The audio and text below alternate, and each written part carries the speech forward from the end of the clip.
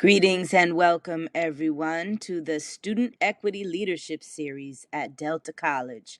My name is Malika Hollinside, and today I will be presenting a history of hate. Land, labor, and life acknowledgement. This land that we inhabit is physically situated in the original ancestral homelands of the Yokuts, Plains Miwok, Patwin, and Nishanan people. We pay respect to them and to all indigenous people, past, present, and future, and their continuing presence in the homeland and throughout their historical diaspora. We pay homage to those who were stolen from Africa, placed in bondage, falsely named as chattel, and forced into labor, who were called slaves but never submitted as such, who have always been fully human, with an unbroken connection to the divine and to each other. We honor our African ancestors for the still unpaid labor which built what is now the Americas. To both our indigenous and African forebears, we commit to the continued struggle for liberation and reparations, for it is only through freedom and justice that we truly give honor. Aho, Ashe. Today's workshop agenda includes the origins of hate, dangerous science, the social construction of race, the impact of hate, the propaganda of hate, and the hate today. As we engage in the difficult conversations and content through this presentation, let's keep in mind the intent that these processes are necessary to create a better world and future for the generations that you see in this picture. May we learn from the past so that we can push forward unto our youth a new ideology and new perspective that will lead towards a more humanized world. Before we begin the presentation, and at certain points throughout, we will pause, reflect, and connect. These are opportunities to consider the content, our reactions and our feelings, our thoughts, our prior learning, and to respond to these questions if we desire through the chat. It would be wonderful if you could post your responses and collectively share our ideas and thinking. So the questions that we're beginning with at the very start are: what drives a human being to hate another, or groups of human beings to hate others? Is hatred an innate human trait? What are the origins of racism and hatred, for that matter, between humans on Earth? Please take a moment to contemplate and post your response in the chat. Trigger alert. This presentation does contain graphic images of violence, murder, injustice, and genocide. Please be advised before moving on should this invoke personal trauma or stress.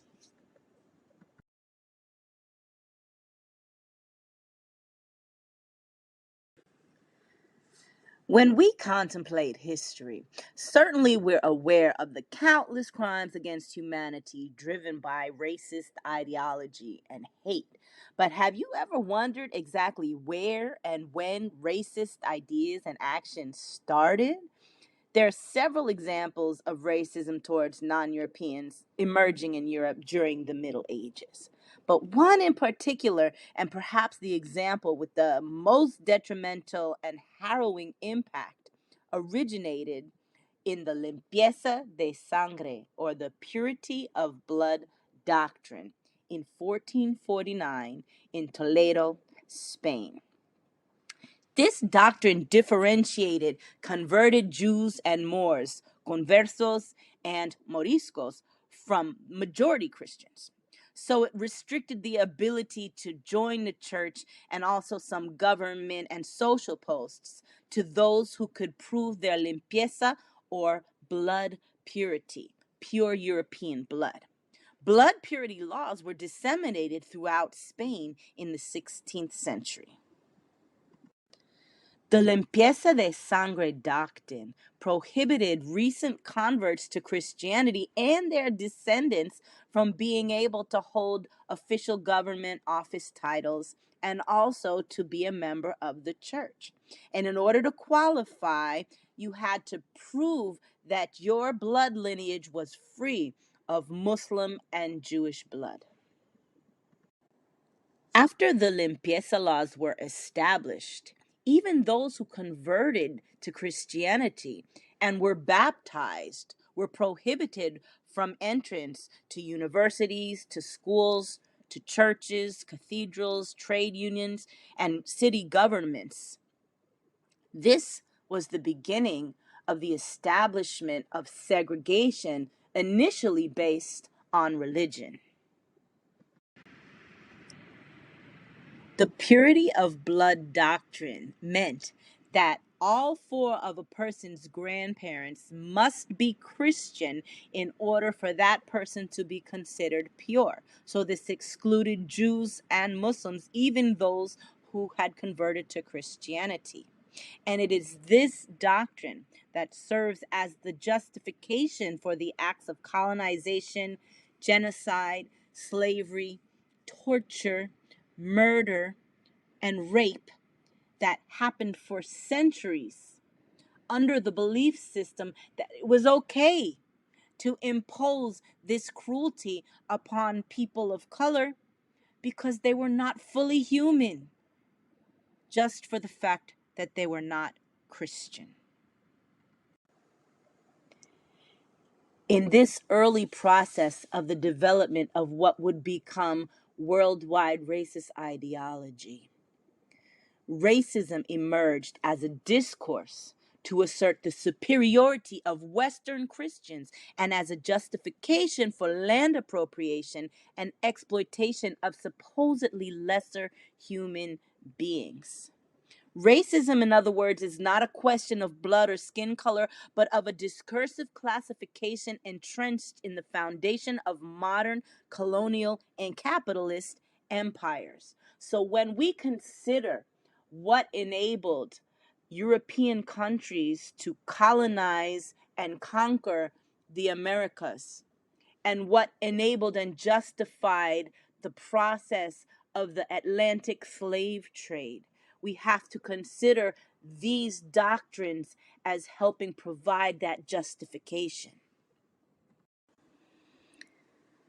Tracing back to the origins of the word race, we must consider raza, which in Spain was a racial ideology that differentiated people based on the heresy in their blood. In other words, did you come from a people that had beliefs or opinions contrary to Christian doctrine in your lineage? If so, you became less than human and certainly unworthy of inclusion in the Spanish Empire. Beginning in the late 14th century, a very close relationship was forged between the racial ideologies of raza, which was discrimination based on religion in Spain, and casta, which was discrimination based upon skin color in Portugal.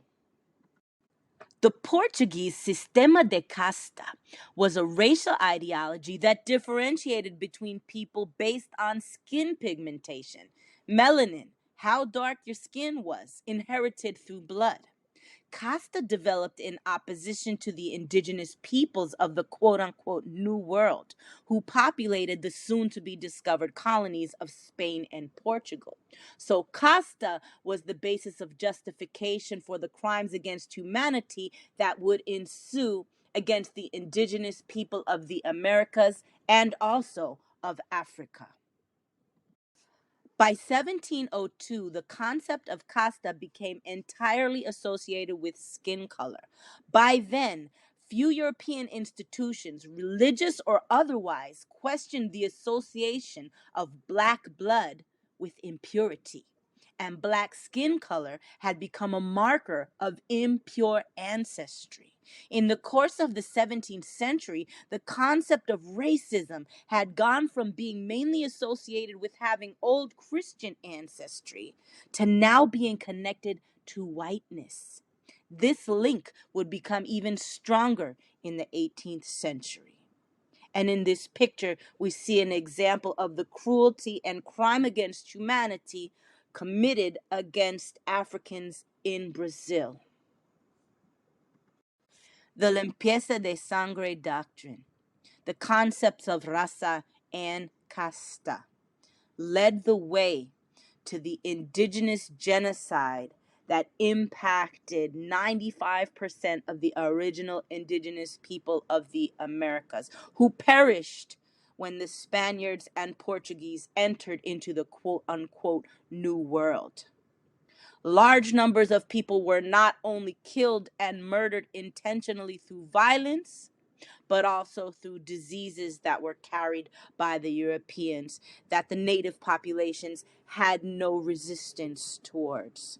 It's hard to quantify the exact number of how many natives died during the periods of colonialization and conquest and conquistadors.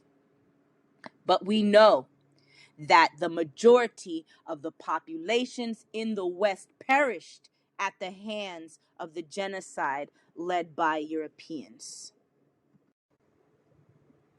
The indigenous genocide so drastically reduced the population of native peoples in the Americas that Spain began to import Africans to introduce a new labor supply that would be able to withstand their diseases as well as to bring them great profit. Initially, the Spaniards intended on staying separate from the native populations of the Americas. But as time went by, the two populations mixed and produced the large class of mestizos of Spanish and native blood. The implications of racist doctrine paved the way for the European colonization of Africa, as we see in this image, where almost every country and nation on the continent of Africa is taken by a European nation, with the exception of Liberia and Ethiopia. Accordingly, we see the European colonization of the Americas, in which Europeans stole the land from the native people of what is now Canada, North America, Mexico, Central America, the islands of the Caribbean, and South America for their gain, all under the justification that these people were not Christian, thereby it was necessary to take their lands and to civilize these populations. This slide, titled Europe's Stolen Wealth, represents the aftermath of colonization, of slavery, of conquest at the hands of Europeans, which gutted Africa, South America, and Central America, and transferred the riches and resources of those lands to Europe and to North America, ultimately resulting and beginning the economic system that we know today as capitalism. Let's take a moment to pause, reflect, and connect. Ask yourselves these essential questions. How did the limpieza de sangre doctrine set the stage for the continued racism and hate that ensues in our world centuries after its creation? In what ways do we continue to witness and experience political, social, and religious justification for murder, institutionalized racism and oppression, and other examples of injustice against people of color? Please reflect and post your response in the chat.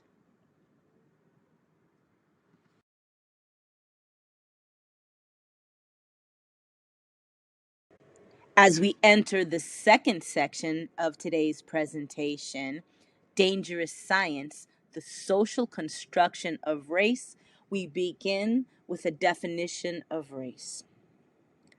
It refers to the categories into which society places individuals on the basis of physical characteristics, such as skin color, hair type, facial form, eye shape, etc.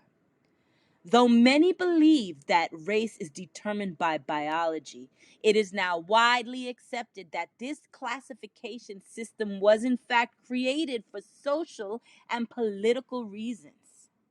There are actually more genetic and biological differences within a racial group defined by society than between different groups. And we must proceed with this understanding and accept this as fact as we now explore the very human beings who created these concepts of race. The social construction of race. In the early and mid 1800s, there was considerable scientific debate about the origins of humans and quote unquote human races and how different human groups actually were. Unlike Darwin and others who thought that humans all belonged to one species and that their populations differentiated through time as they spread throughout the world, Louis Agassiz did not accept that all groups of humans belonged to the same species. He argued vehemently for the inferiority of non-white human groups. He was physically revulsed by the ideas that all humans were equal, and yet this guy was considered one of the founding fathers of the modern American scientific tradition. And his quote states, "The resources of the deity cannot be so meager that in order to create a human being endowed with reason, he must change a monkey into a man."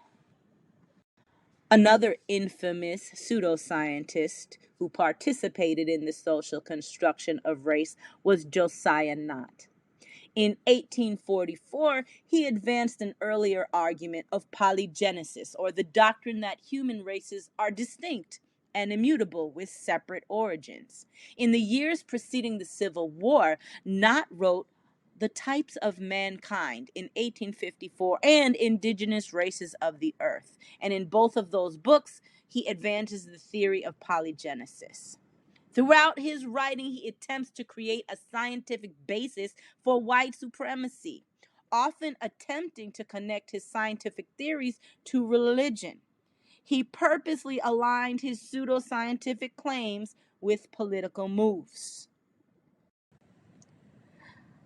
Nott wrote, "The Caucasian races, which have always been the representatives of civilization, are those alone that have extended over and colonized all parts of the globe.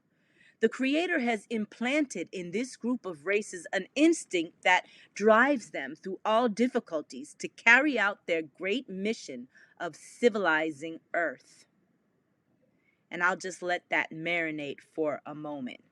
The belief that Europeans alone are the representatives of civilization over all people on earth, and that it is their mission to carry out civilization upon those who are part of the quote unquote uncivilized people of color.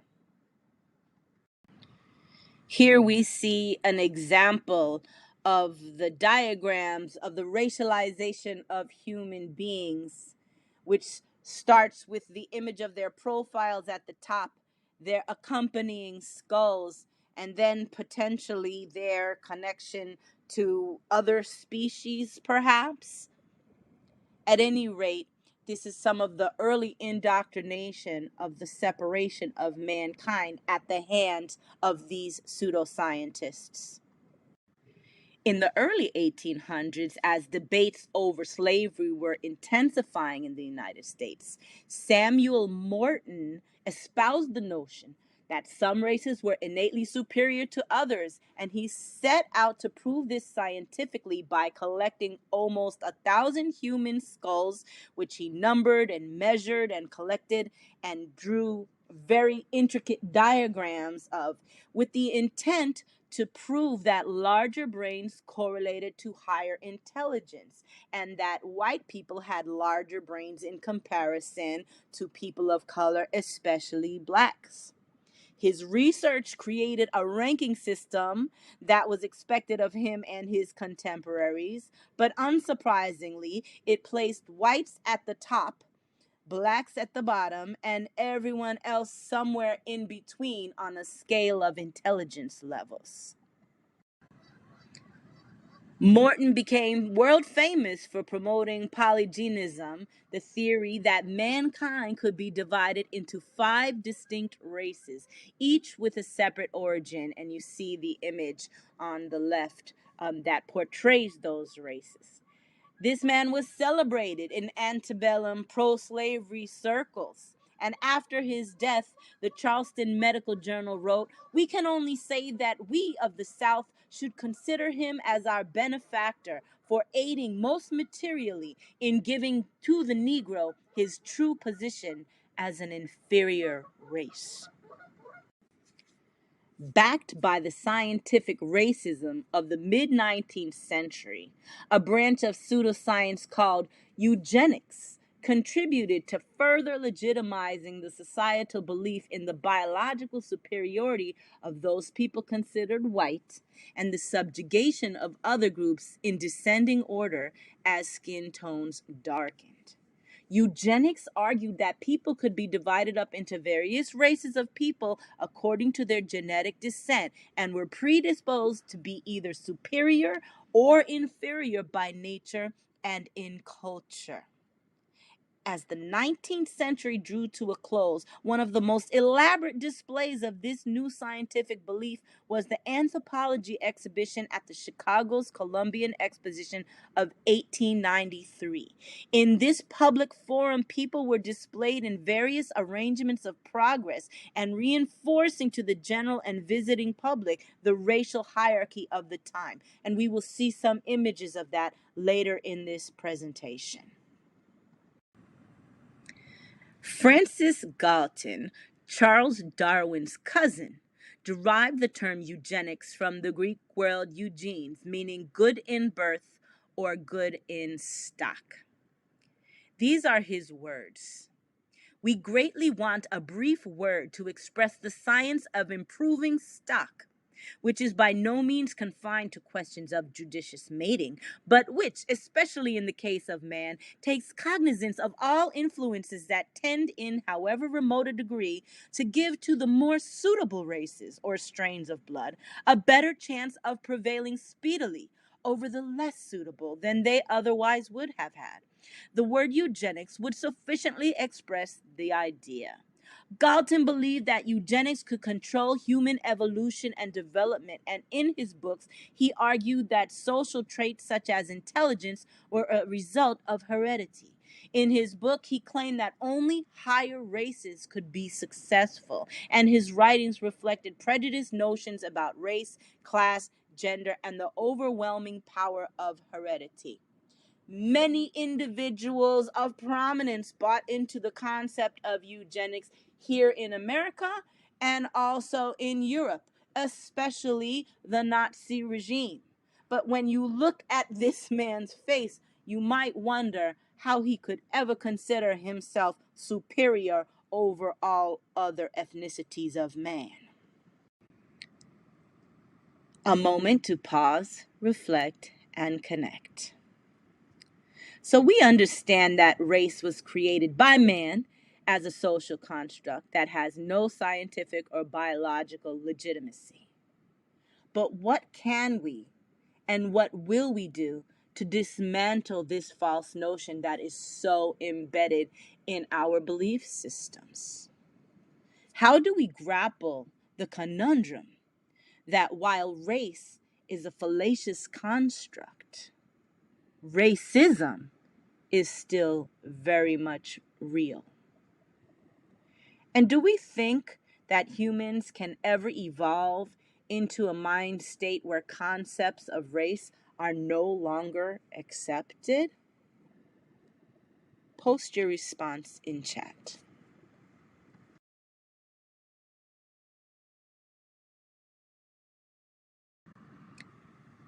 Moving into our third section of the day, what hate creates, I thought it might be appropriate to begin with the defining of the term genocide.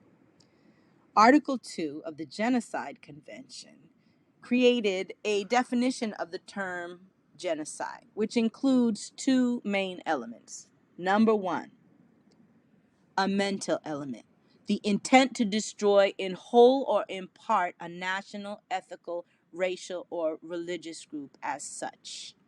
And two, a physical element, which includes the following five acts, enumerated exhaustively: killing the members of a group, causing serious bodily or mental harm to the members of the group, deliberately inflicting on the group conditions of life calculated to bring about its physical destruction in whole or in part, imposing measures intended to prevent births within the group, and forcibly transferring children of the group to another group. So to reiterate, in order for an act to be constituted as genocide, there must be a proven intent on the part of the perpetrators to physically destroy a national, ethnic, racial, or religious group. The victims of genocide are deliberately targeted. They're not randomly targeted because of their real or perceived membership of one of the four groups protected under the convention. The target of destruction must be the group as such and not its members. And genocide can also be committed against only a part of the group, as long as that part is identifiable, including within a geographically limited area, as substantial. Now let's make the connection between the repercussions of the origins of race and racist ideology and a horrific event, the Native American genocide. Between the years 1492 and 1600, approximately 90% of the indigenous populations in the Americas had died. Approximately 55 million people perished because of violence and never-before-seen pathogens like smallpox, measles, and influenza introduced to native populations by Europeans. According to these calculations, the death toll represented about 10% of the entire Earth population at the time, which is more people than the modern day populations of New York City, London, Paris, Tokyo, and Beijing combined.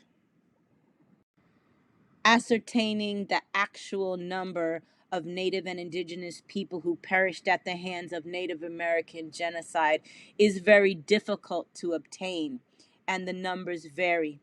According to one estimate, the total number of Indigenous deaths throughout the Western Hemisphere between 1492 and 1900 appears to be 175 million.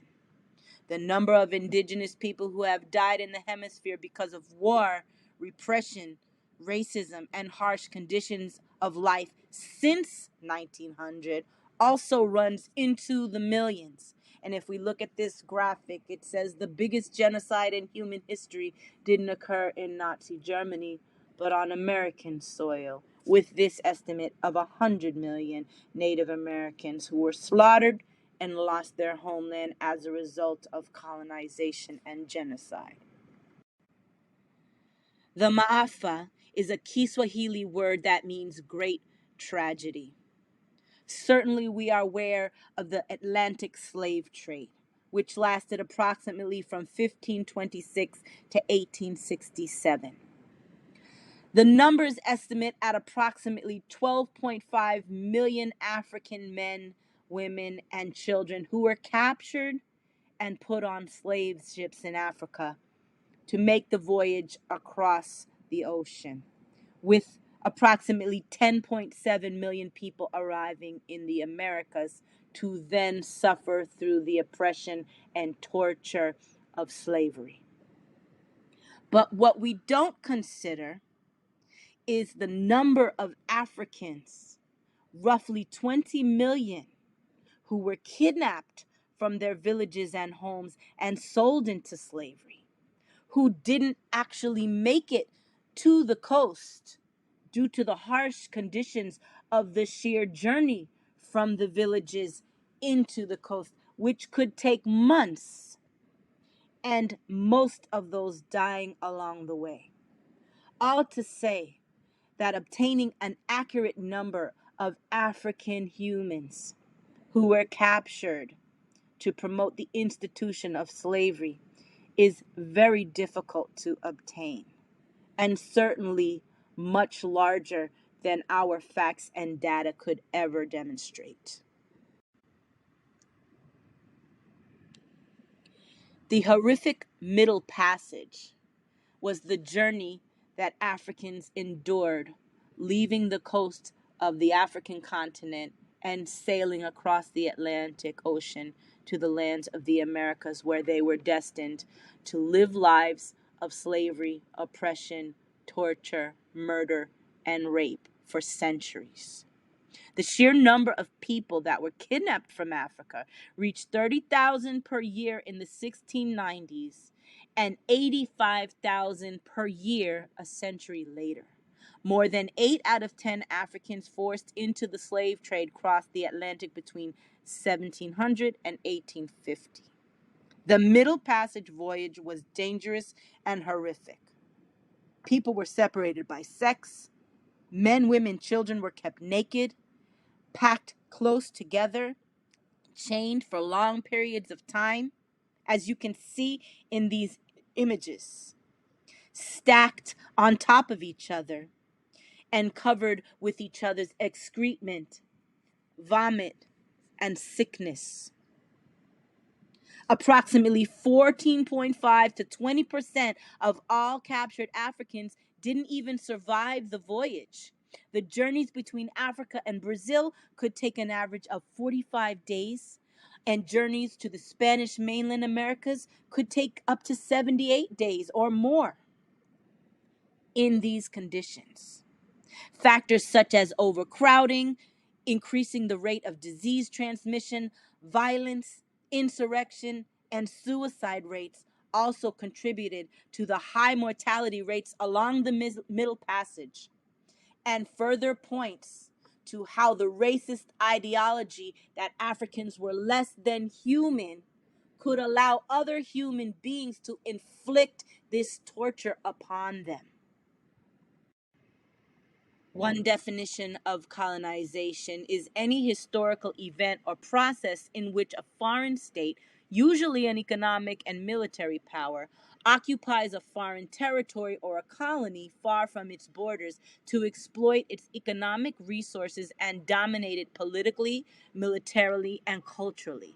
Colonization can be violent when it implies the subjugation of the local population by force, or peaceful when the inhabitants do not put up any resistance, or when there are in fact no inhabitants in the area. Colonization processes create characteristic social dynamics that establish the dominance of a colonial caste coming from the metropolis over the indigenous population of the colony, with the former enjoying a series of political and social privileges over the latter. And let's take a moment to view and reflect on this image titled The Exploitation of Mexico by the Spanish Conquistadors by Diego Rivera. In it, we can clearly see the Spanish conquistadors on their horses with their evil and cruel expressions on their faces as they oversee the labor of Mexicans, backbreaking labor for that matter. We see one overseer with a whip, certainly those who are holding the Christian cross as they enforce labor on the quote unquote uncivilized indigenous peoples. We see in the very distance the bodies of indigenous Mexicans hanging from the trees. And this image captures the essence of colonization in a very profound and emotional and disturbing way. It's important to note that as Americans, we still live in a neo-colonial society. Our very systems of education, law, economy, politics are structured as the result of colonization. And therefore, when you hear of decolonization efforts in 2022, those are the examples of ones who are devoted towards reversing the mind state of colonialism and restoring indigenous people and their descendants to the glory that was theirs before this interruption happened. Perhaps one of the most overlooked or swept under the rug examples of genocide was perpetuated at the hands of King Leopold of Belgium. From 1885 to 1908, it is estimated that 10 to 15 million Africans in the Congo were killed as a result of the actions or inactions of King Leopold.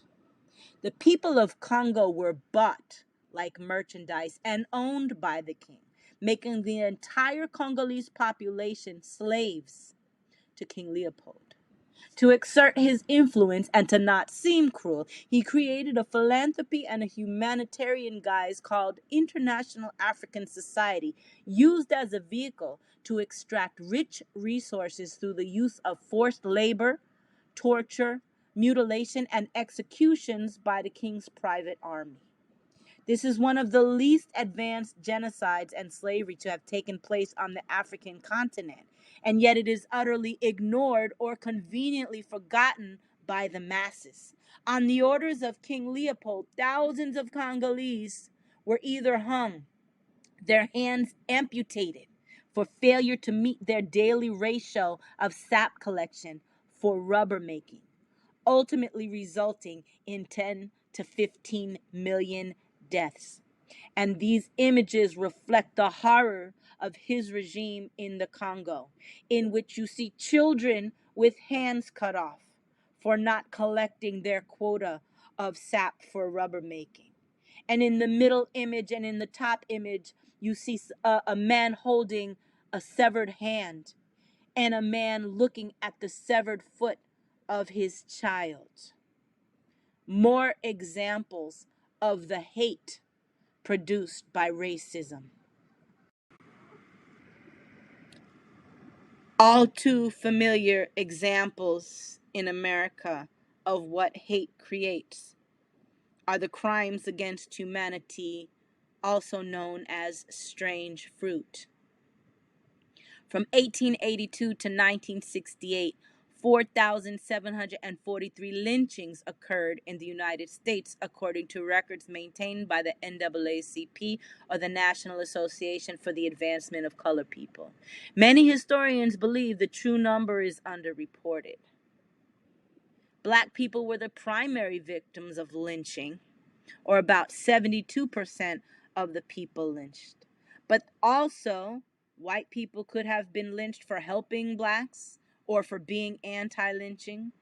Immigrants from Mexico, China, Australia, and other countries were also hung at the hands of racist overlookers, many of whom, when you see in these images, are smiling at the feet of such a horrific sight. And it makes you wonder about the nature of mankind and how such levels of cruelty could actually exist in a human being. While most of us are unfortunately aware of the injustice committed against blacks by way of lynchings, we may be less aware of the Latino lynchings that constitute hate crimes in American history. There were approximately 600 lynchings of Mexicans and Mexican Americans, beginning with the aftermath of the 1848 Treaty of Guadalupe Hidalgo. This grim fate of both blacks and Mexicans alike in the United States was intertwined. Both groups were lynched by Anglos for reasons such as acting uppity, taking jobs away from Anglos, making advances towards Anglo women, cheating at cards, practicing quote unquote witchcraft, and refusing to leave land that white people coveted. Mexicans were lynched for acting too Mexican, for example.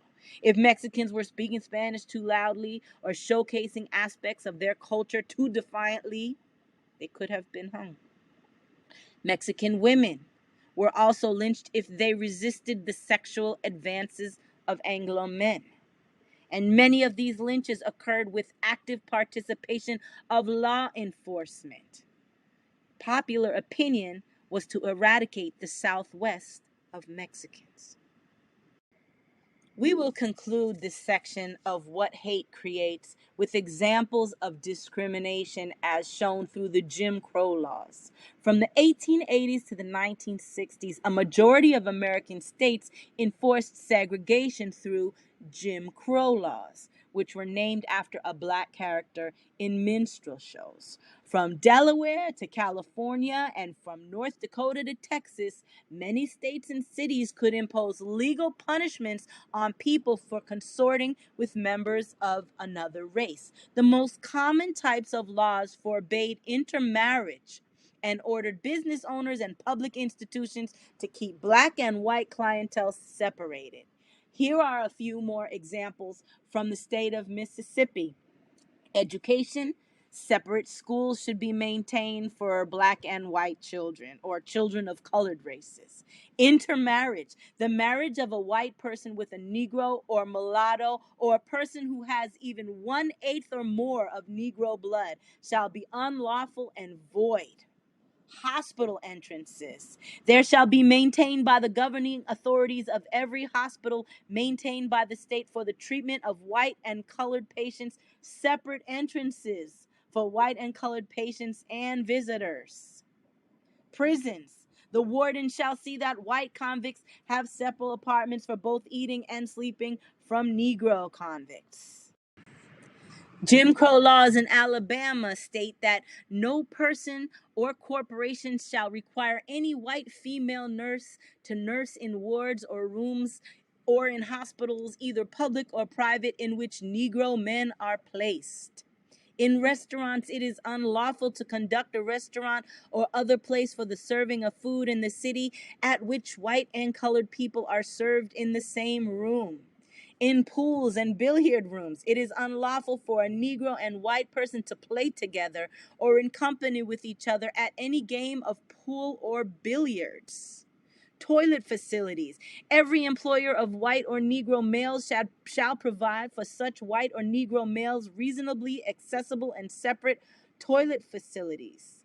And then in Georgia, we see barbers. No colored barber shall serve as a barber to white women or girls. In burials, the officer in charge shall not bury or allow to be buried any colored persons upon ground set apart or used for the burial of white persons. Parks. It's unlawful for colored people to frequent any park owned or maintained by the city for benefit, use, and enjoyment of white persons. And wine and beer. All persons licensed to conduct the business or selling beer or wine shall serve either white people exclusively or colored people exclusively, not in the same room at the same time. Many people are surprised to learn that Jim Crow laws existed right here in California. For example, a residential ordinance passed by the city of San Francisco that once required all Chinese inhabitants to live in one area of the city, and a plethora of laws against Chinese people. In 1870, the education law stated that African and Indian children must attend separate schools. And there was an alcohol law that prohibited the sale of liquor to Indians that remained legal until 1920. In 1879, Jim Crow in California stated that no native of China would ever have the right to vote in the state of California. Or in 1880, the miscegenation statute made it illegal for white people to marry a Negro, mulatto, or a Mongolian. Or the 1890 residential city ordinance In the city of San Francisco, all Chinese inhabitants were ordered to move to a certain area within 6 months or face imprisonment. And on and on. In 1902, the Education Statute stated that in addition to black children, Chinese and Japanese youngsters were also prohibited from attending schools designated for white children. In 1909, persons of Japanese descent were added to the list of undesirable marriage partners of white Californians, as noted in the earlier 1880 statute. And in 1913, the property law known as the Alien Land Laws prohibited Asian immigrants from owning or leasing property. And this list is very lengthy and goes on and on. If you want to research more about the Jim Crow laws in California, follow the link on the page. Another instance of hatred and racism and crime against humanity are the human zoos that existed in the late 19th and early 20th centuries around the world to keep quote unquote primitive natives in enclosures while Westerners could gawp, jeer, and observe them. The horrifying images, some of which were taken as recently as 1958, show how Black, Asian, and other people of color were cruelly treated as exhibits that attracted millions of tourists. The indigenous people on display faced a number of challenges. For example, African tribal members were required to wear traditional clothing intended for equatorial heat, even in freezing December temperatures. Filipino villagers were made to perform a seasonal dog eating ritual over and over just to shock the audience. And a lack of drinking water and appalling sanitary conditions led to rampant diseases for these people who were forced in these circumstances. This slide contained images of human beings who were subjected to the inhumane conditions of the human zoos. For example, at the top we see Chief Yellowhair and his council standing in front of replicas of teepees at a human zoo in the 1904 World's Fair in Missouri. Underneath that, we see indigenous people shown participating in archery in 1904, also in St. Louis, Missouri, at an event named the Savage Olympics exhibition. In the middle, we see an example of a human zoo in Berlin, Germany, where a zoologist is pictured with an elephant and a family. At the top right, we see Otabenga, a man from the Congo, in the New York's Bronx Zoo in 1906. Because of his shaved teeth, which is customary of his tribe, he was seen and mocked by over 40,000 people who came to see him and observe the cultural quote-unquote deficiency of Africa. And at the bottom, we see a precious little baby girl in the 1958 Expo in Brussels, Belgium.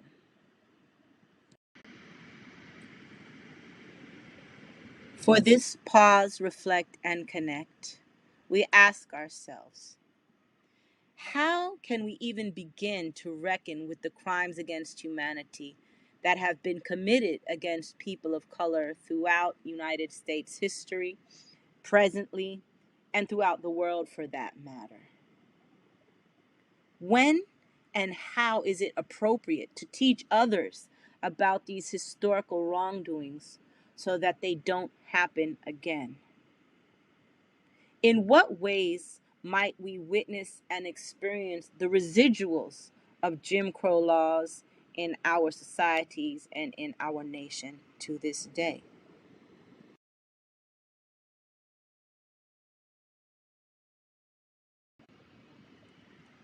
The final section of this presentation is called The Propaganda of Hate, and it contains various offensive, racist, stereotypical images exemplifying the United States sentiment towards groups of people of color who have immigrated to this country voluntarily or involuntarily.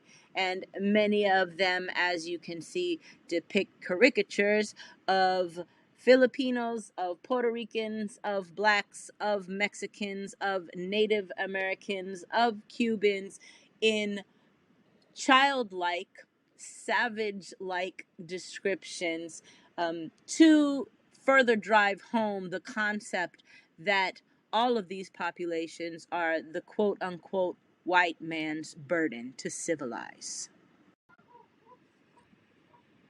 The white man's burden, in which Uncle Sam is responsible for carrying the burden on his back and shoulders, all of the members of the dark quote unquote races who have immigrated to the United States, the Philippines, uh, Chinese, Indians, etc., as they toil over the rocks of oppression, barbarism, ignorance, superstition, brutality, etc., all with the goal of the shining civilization figure in the distance. More images of Uncle Sam like figures who are bearing the burden of the quote unquote dark races in America.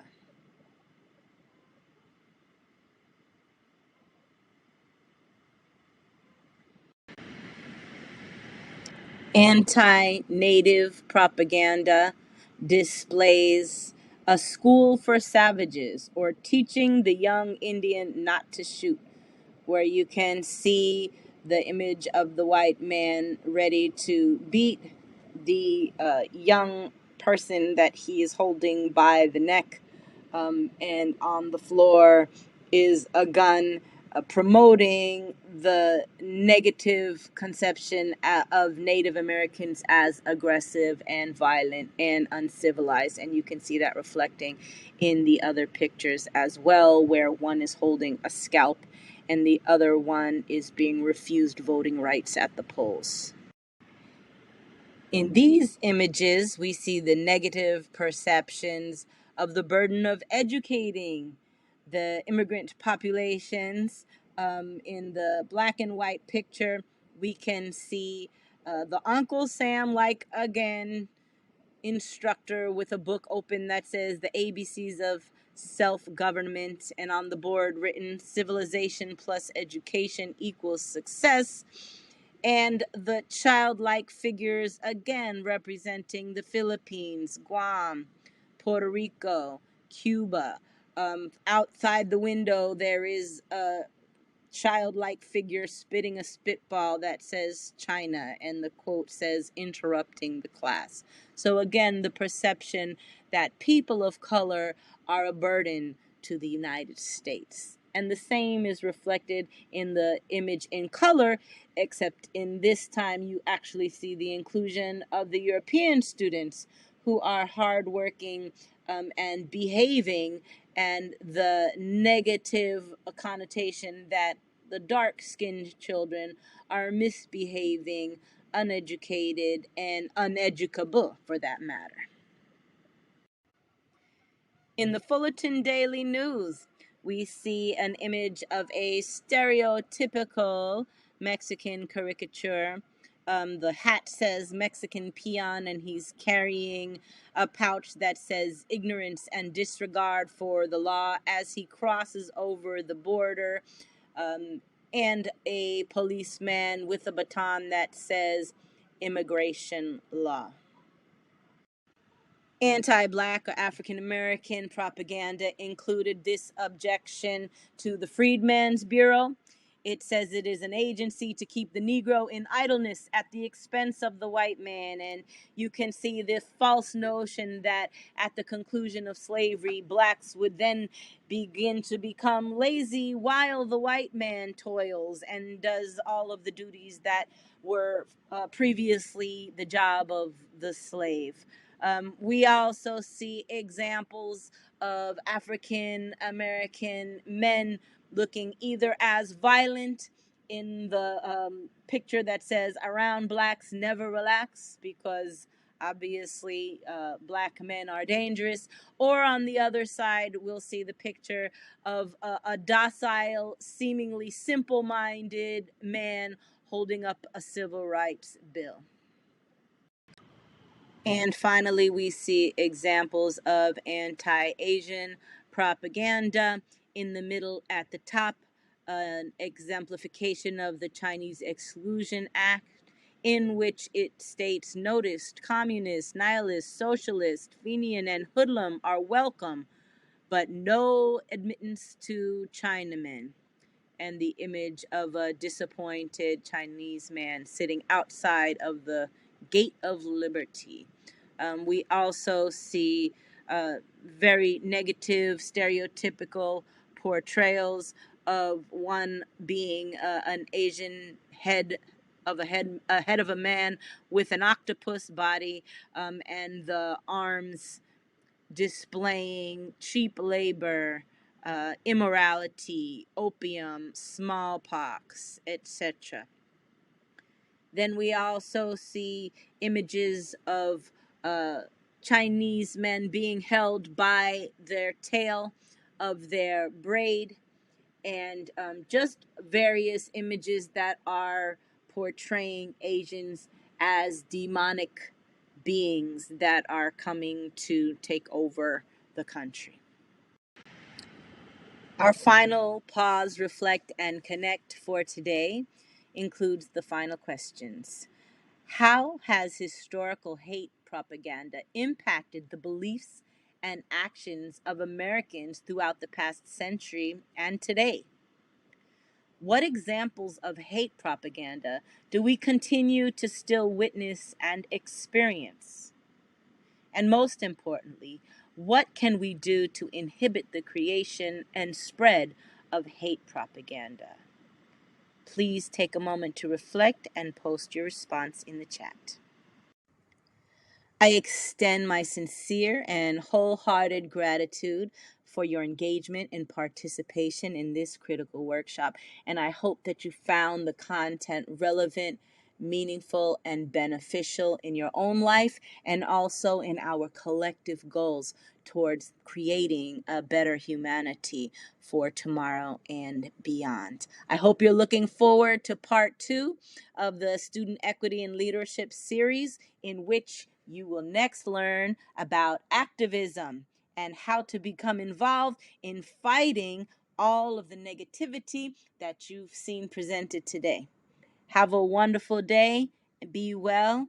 God bless and peace.